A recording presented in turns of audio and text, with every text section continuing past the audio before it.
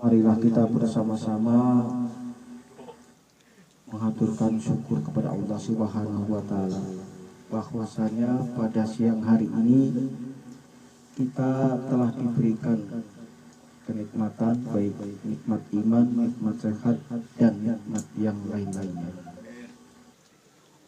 Tak lupa marilah kita haturkan panjat dan salawat serta salam kepada baginda junjungan kita Nabi besar Muhammad Rasulullah Shallallahu Alaihi Wasallam yang selalu kita nanti-nantikan syafaatnya hingga di yaumul kiamat.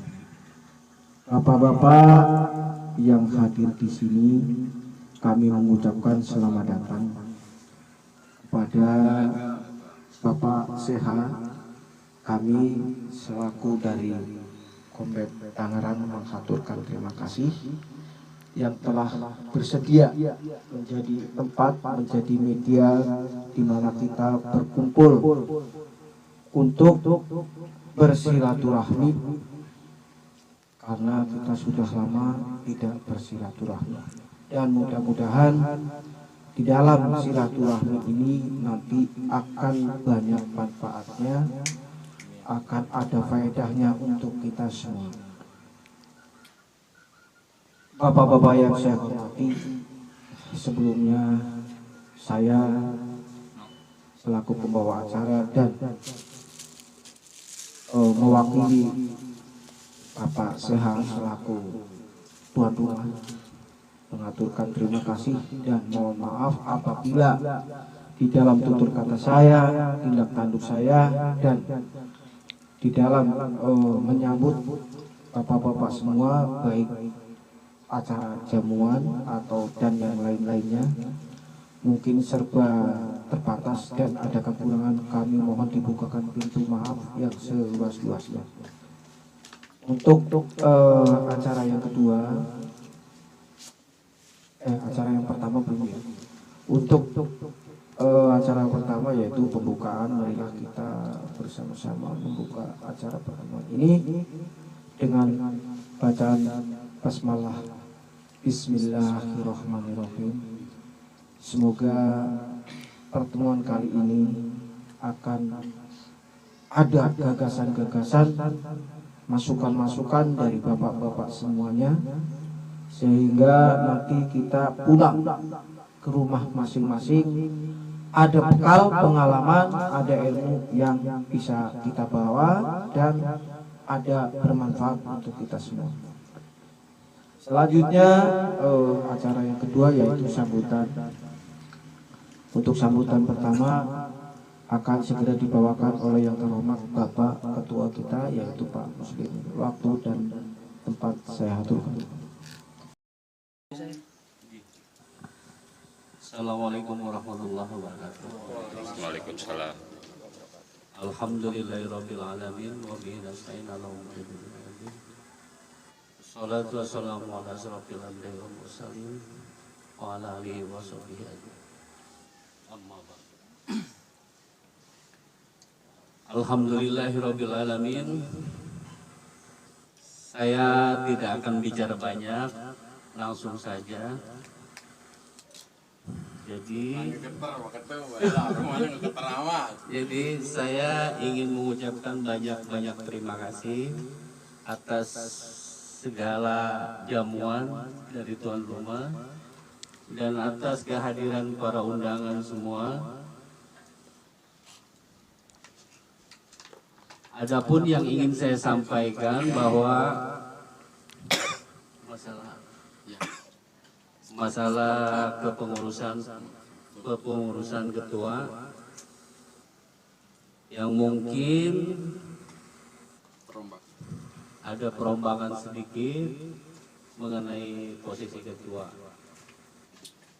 Jadi adapun maksud saya seperti itu biar ada kemajuan, biar ada regenerasi ke depannya supaya bisa lebih maju dan sukses lagi.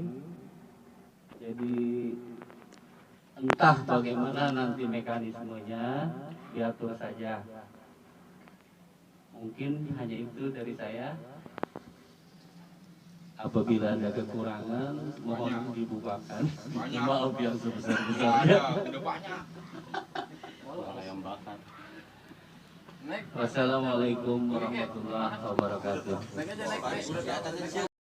Dan silaturahmi, ya saya ulangi lagi, apakah akan ada kemajuan baik dan atau apalah nanti kita bahas bersama. Mungkin seperti itu ya, Pak Ketua ya.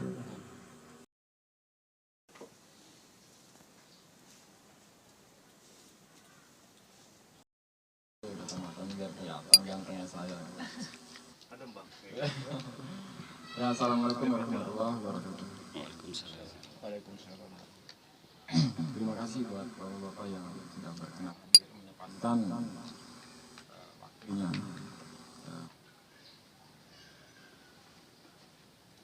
untuk kekurangan tempat dan jamuannya mohon dimaklumi. Ya mungkin poin-poin tadi itu pertama kita ada perombakan di struktur pengurusan. Dilanjut nanti kita bentuk visi misi jangka pendek dan panjang itu. Jangka pendek itu mungkin kita mengetahui tentang botani, lalu ke teknik pembuatan bonsai, mungkin itu Pak ya, untuk jangka pendek. Untuk jangka panjangnya mungkin nanti kita musyawarahin biar ada kita bangun ya mungkin ekonomi kreatif. Mungkin di teman-teman ada memiliki skill masing-masing, entah di pembuatan pot atau meja bonsai, media tanam, sama program bonsai. Mungkin itu kali Pak. Nah ini dicoblos kayaknya nih. Sudah dicoblos ini pemilihannya nih. Ya, itu saya serahin ke kesiapan masing-masing aja untuk menggantikan Pak Ketua yang mungkin nanti Pak Ketua akan menjadi mentor, lebih ke penasihat mungkin kali ya, biar lebih terstruktur aja, terarah gitu. Ketika ada wacana inovasi gitu kan nanti bisa dimusyawarahkan ke nasihat gitu, penasihat. Dan inovasi sebenarnya itu nggak perlu dari wakil atau Pak Ketua saja, bisa dari anggota-anggota jika ada inovasi atau misal ada acara yang memang positif dan berkaitan dengan bonsai, ya bisa dituangkan, disampaikan ke ketua biar nanti dipikirkan lagi gitu kan. Misal ayo kita studi banding ke galeri mana gitu kan, studi banding kan. Kalau di sini kita lebih edukasi sih sebenarnya. Kalau studi banding kita ke luar, kita rombongan keluar studi banding. Kalau masih di circle ini mungkin maksudnya ke edukasi kali Pak ya, lebih tepatnya. Itu beliau lah yang lebih paham ya. Padahal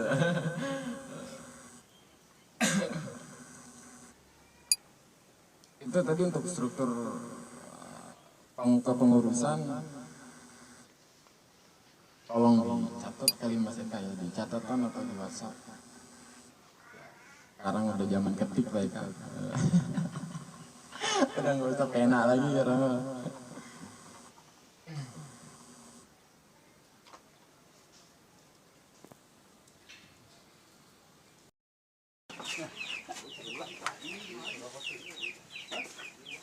kebunnya hebat. kita pemula semua. Makanya di sini kita ada misi jangka pendek mengetahui soal botani dan teknik pembuatan bonsai.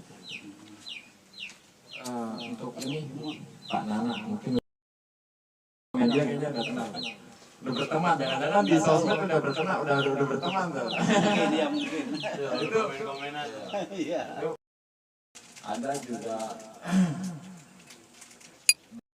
sekarang jadi Nasihat begitu Pak Guru, Pak Adit ya. Seenggaknya tahu dasar teknik pembuatan bonsai. Kayak dari bahan broker ataupun program. Begitupun media tanam crown dan media tanam di pot-pot gitu, Pak. Iya. Ya, setelah istirahat minum kopi. Udah nyantai. Terus bisa dilanjut sama acara berikutnya lagi. Nggak perlu ini kedengeran kali ya. Ya, udah kedengeran. Baik, assalamualaikum warahmatullahi wabarakatuh. Waalaikumsalam. Yang pertama saya mohon maaf karena keterlambatan. Yang kedua terima kasih telah mengundang saya ke acara rekan-rekan ini semua. Saya senang banget ternyata anak-anak muda sekarang pada senang bonsai. Sudah tua Pak.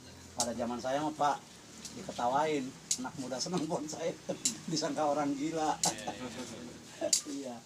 Kalau sekarang udah anak-anak udah banyak progres untuk apa gaya ngebonsainya juga kalau anak muda biasanya agak berbeda. Iya, karena kreativitasnya lebih terpacu mungkin kalau anak muda. Karena emosional apa Bisa jadi. Cuma kekurangannya kalau anak muda itu nggak sabaran. nggak sabaran betul. Nggak sabaran. Iya. Saya senang ini apa ada semacam kumpul-kumpul gini komunitas. Namanya apa ini? Cuma komunitas bonsai Tangerang aja. Oh gitu. Karena bukan komunitas yang wow. Iya iya. Ya sekedar Iya untuk betul. administrasi kita tidak Nah, tertulis. iya. Ya, sebenarnya kalau di PBT sendiri juga administrasinya nggak ada. Iya betul. Kalau komunitas nggak formal. Siap. Nah, jadi komunitas kayak PBT kemarin ya, yang sekarang itu kayak TST gitu. Tekankan PBT itu nggak formal, nggak ada penarikan iuran, nggak ada keterikatan. Kalau hobi mah harus happy gitu menurut saya. Ya jadi di komunitas kita kalau bisa kemana aja bisa masuk. Nah, tapi giliran kita kumpul ya kita PBT.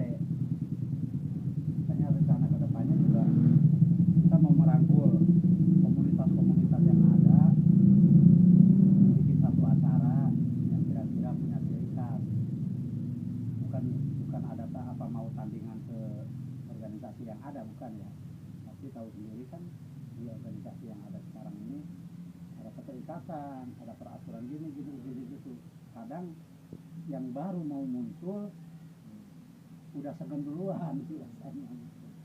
Makanya kalau di PBT ini ada pameran biasanya, pameran tunggul gitu kan. Tunggul terus prospek mau dirangkul yang baru-baru pada senang itu biar bisa apa ya, iya partisipasi dan gaungnya itu lebih memasyarakat gitu. Jangan kayak yang sekarang itu istilahnya bonsai itu terlalu eksklusif. Misalkan kalau ada pameran yang datang cuma orang-orang bonsai aja Pak. Ya kan, yang di PBT ini sekarang udah sedikit-sedikit narik Ajis Gagap kayak gitu lah. Jadi lebih terbuka. Nanti mungkin bisa di ini sama yang seni lain, nggak cuma bonsai, seni instalasi misalkan apa tuh disuguhkannya dibarengan dengan seni instalasi kan macam-macam, seni instalasi ruang, seni itu sih untuk masa depan lah. Kalau udah pada punya bonsai bagus-bagus, bisa display itu. Iya, display. Nanti satu saat nggak menutup kemungkinan ada lomba display gitu. Kalau nggak salah untuk display tersebut lebih ke ruby besar itu. Ya ruby ya kosbi ya bebas aja sih sebetulnya. Iya nggak ada ikatan itu hak ruby atau itu hak ruby enggak gitu. Ya, cuman lebih meningkatkan bonsai itu dihargai sebagai karya seni. Ya. Gitu. Kalau untuk sekarang kan cuma bonsainya aja ditaruh di atas meja dinilai gitu kan. Kalau kita yang baru mau naik ini mau ngejar bonsai yang udah puluhan tahun, kapan bisa ngejarnya? Kalau cuma kayak gitu. Tapi kalau dibarengi dengan seni-seni yang lain, melukis, seni pahat, patung gitu di displaynya. Jadi si bonsai itu nggak harus terlalu udah matang banget, udah umurnya puluhan tahun, yang penting manis, di display kelihatan bagus, maka nilainya plus displaynya. Tapi itu sih rencana ke depan ya. Dan untuk ngebonsai di sini ini udah bagus sebetulnya. Jadi ngebonsai itu kalau bisa jangan terlalu ditaruh di pot, karena kalau dari awal ditaruh di pot nanti keseimbangannya akan lama Pak, akan lama. Makanya bagus di ground kayak gini, atau di groundnya pakai pot yang gede yang ukuran dia, tapi akarnya ditarik keluar. Nah itu akan lebih bagus, nanti pinggangnya terbentuk kalau kayak gitu. Ada beberapa pohon kalau keluarga punya kayak semua tetap ada. Ini ada juga itu rukem ini. Tos ada rukum lanang. Agak lambat gitu. Dia tanya tadi tidak terlalu keseimbangan tambang sebagai penting ya. Sangat penting, sangat penting. Makanya nama bonsai sendiri kan pengertian, kalau secara pengertian kata-katanya sih ya, pohon di dalam pot. Pohon di dalam pot. Tapi untuk kesininya pengertiannya miniatur pohon yang tua di alam yang ditanam di dalam pot. Jadi pohon tua di alam itu ya utuh pohon, udah nggak kelihatan hasil potongannya, keseimbangan akar pohon sama bahan. Nah, itu harus terpenuhi. Sekarang banyak yang ada ngegali gitu, ada orang segelintir lah yang bilang bahwa yang dari galian itu kurang bagus. Sebetulnya bukan kurang bagus, karena prosesnya itu suka dipaksakan pengen langsung jadi. Jadi keseimbangannya belum dapat, udah dijadikan. Tadi juga untuk itu saya udah sempat bahas. Memang ada beberapa tujuan kami bawa kami koleksi pribadi. Iya, iya. Sebuah untuk komersial yang bisa ini kita bentuk secara aslinya dia secara visual yang kedua dan yang kedua kalau yang ketiga itu membuat konsep jadi itu untuk konsep tersebut dibutuhkan keseimbangan itu. Nah itu ada banyak sih yang beranggapan seperti itu. Bonsai itu bonsai untuk hobi, bonsai untuk dijual, bonsai untuk kontes. Sebetulnya kalau kita mau jujur, kalaupun kita bikin, taruhlah kita bikin untuk kontes, kita bikin untuk kontes nih, bukan untuk jual, tapi tujuannya kontes. Nah ya kan dari awal misalkan satu pohon untuk kontes, kita prosesnya benar-benar keseimbangan itu, akarnya dibagusin. Di tengah jalan ada yang nawar, kira-kira mahalan yang diproses begitu atau yang asal rimbun? Itu makanya sebisa mungkin bikin bonsai itu tetap aja prosesnya harus dipenuhi ya. Begitu. Kalaupun nanti di tengah jalan ada yang nawar, ya jual aja, daripada kita bikin asal rimbun harga murah. Waktu kita kan ngebuangnya sama Pak, tenaga sama, nyiram, iya kan? Kayak gitu. Jadi proses aja untuk pohon bagus, proses untuk bagus. Yang satu penting itu, jadi kita lihat ini progres pohon ini bisa nyampe mana maksimalnya. Kalau misalkan bahannya yang nggak bisa sampai klimaks, matangnya bagus gitu, nah itu bisa asal rimbun. Jadi maksudnya asal rimbun tuh nggak berarti bahan ketika udah dikalatin langsung dijadiin iya. Tapi ya tetaplah ada prosesnya. Cuma nanti klimaksnya kalau dimasukin ke pameran mungkin cuma dapat merah misalkan, nggak dapat besen. Karena ininya, karena bentuknya, saat bergerak dasarnya ya. Kan ada pohon yang enak, kadang kan ada pohon yang kaku gitu. Kalau yang pohon kaku itu sebetulnya bisa dibikin bagus, cuman waktunya jadi lebih lama. Misalkan pohon panjang lurus kaku, kalau pengen bagus kan otomatis kita pendekin aja. pendekin, dibikin gerakan dulu dari bawah gitu. Jadi kita waktunya yang nambah. Ya kalau bahannya sebetulnya nggak ada yang jelek, tergantung yang bikin gitu. Iya. Jadi kesimpulannya pembuatan berita itu perlu diprogram dan ikutin tahapan-tahapan Betul. untuk memenuhi keseimbangan itu, Iya. untuk mencapai keseimbangan. Untuk dapat keseimbangan dulu. Paling enggak ya 2/3 lah dari keseluruhan. Nanti bang bonsainya.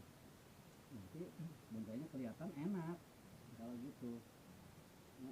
Sekarang kan di program dari nol sudah ada tangan. Setiap harinya untuk misalkan buat apa itu hobi di rumah gitu kan, dibikin bagus-bagus. Tapi kan bisa juga dimasukin ke pameran kalau prosesnya benar gitu kan. Ada tahapan-tahapannya.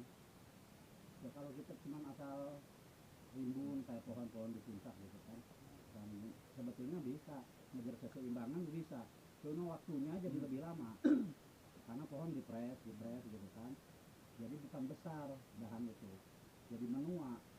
Kalau udah menua untuk besar lambat. Iya, makanya kalau di program kayak gini di tanah itu pola dasar kalau yang di tanah sebaiknya nggak usah dikawatin. Kalau mau dikawatin ditarik aja kayak kawat. Karena misalkan dahannya pada ke atas kayak gini gitu kan. Baiknya sih gitu, baiknya nggak usah dilirik kawat. Untuk cabang pertama mungkin Cabang pertama, iya, untuk mengejar keseimbangan dengan pohonnya agar lebih cepat itu ya. agar lebih cepat. Mungkin untuk berikutnya ke anak cabang Nah perlu itu ada baru, iya. Kalau udah ada keseimbangan, misalkan gini, ini udah sama pohonnya udah seimbang, dipotong, nanti ada pohon, ada tumbuh dua lagi, nah itu baru diarahkan. Itu bisa lebih cepat. Nanti coba aja dipraktekkan di sini. Tapi lagi untuk teknik kalau misalnya untuk mengingat masalah kondisi tempat tidak memungkinkan, minim lah gitu tempatnya, itu tuh main-main di pot atau tanpa drone. Tentang ini gimana ini Bu? Supaya hasilnya nggak jauh beda dengan yang di Yang drone. di ground. Jadi ada beberapa cara sebetulnya kayak gitu. Yang pertama tadi saya bilang di awal, di dalam pot kecil biar pinggangnya kebentuk sekalian, potnya ini dicelupkan lagi ke pot besar Pak. Nah yang media yang di pot besar ini harus sesubur mungkin, jadi misalkan pot sebesar ini, pot yang bawahnya ya sebesar ini, diisi media itu kan nggak usah di lahan. Yang satu bisa sambil dinikmati, yang kedua pertumbuhannya lebih optimal kan? Yang ketiga ya kita enak aja, mau ngapa-ngapain juga enak, tinggal ngangkat dari potnya, nah, nanti potong akarnya itu nggak apa-apa malahan. Iya. Nah kalau kayak gitu itu pinggangnya nanti kebentuk Pak, kalau pohon di pot disulur namanya, akarnya disulur keluar. Kalau di plastik kebanyakan program tuh seperti itu. Jadi dari pot itu tarik akarnya keluar. Kalau pohon kecil Semua tanpa drone. iya nggak Karena apa-apa. drone yang punya cuma dahan doang. Iya. Harusnya kalau di pot semuaan kita paling nggak 6 bulan sekali ganti media, capek gitu. Jadi lebih banyak media kebuang juga. Tapi kalau ya dicelupin di pot besar lagi lebih ini.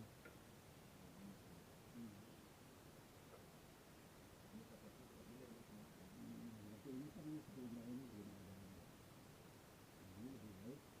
Ini dicelupin lagi ke pot gede sama pot-potnya kayak gini, iya ini dia diisi diisi lagi, nanti pertumbuhannya lebih cepat, nggak sampai ganti media. Kalau pot seperti ini paling nggak 3 bulan 6 bulan ya sudah ganti media. Kebanyakan pohon mame kalau pengen aman dan nggak berisiko begitu yang dicelupin, walaupun yang udah jadi juga sama. Jadi kalau yang udah jadi biasanya ininya dari bawah, akarnya nggak ditarik keluar dari sini. Kalau yang udah jadi, nah itu pinggang di sini tetap dibentuk, bisa lebih akarnya lebih kuat, yang kering dipaksa untuk akarnya makan dari bawah. Gitu.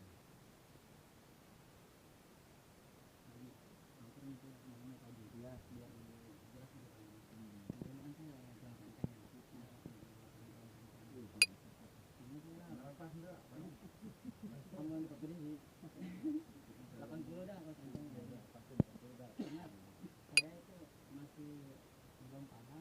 dari cabang pertama ya.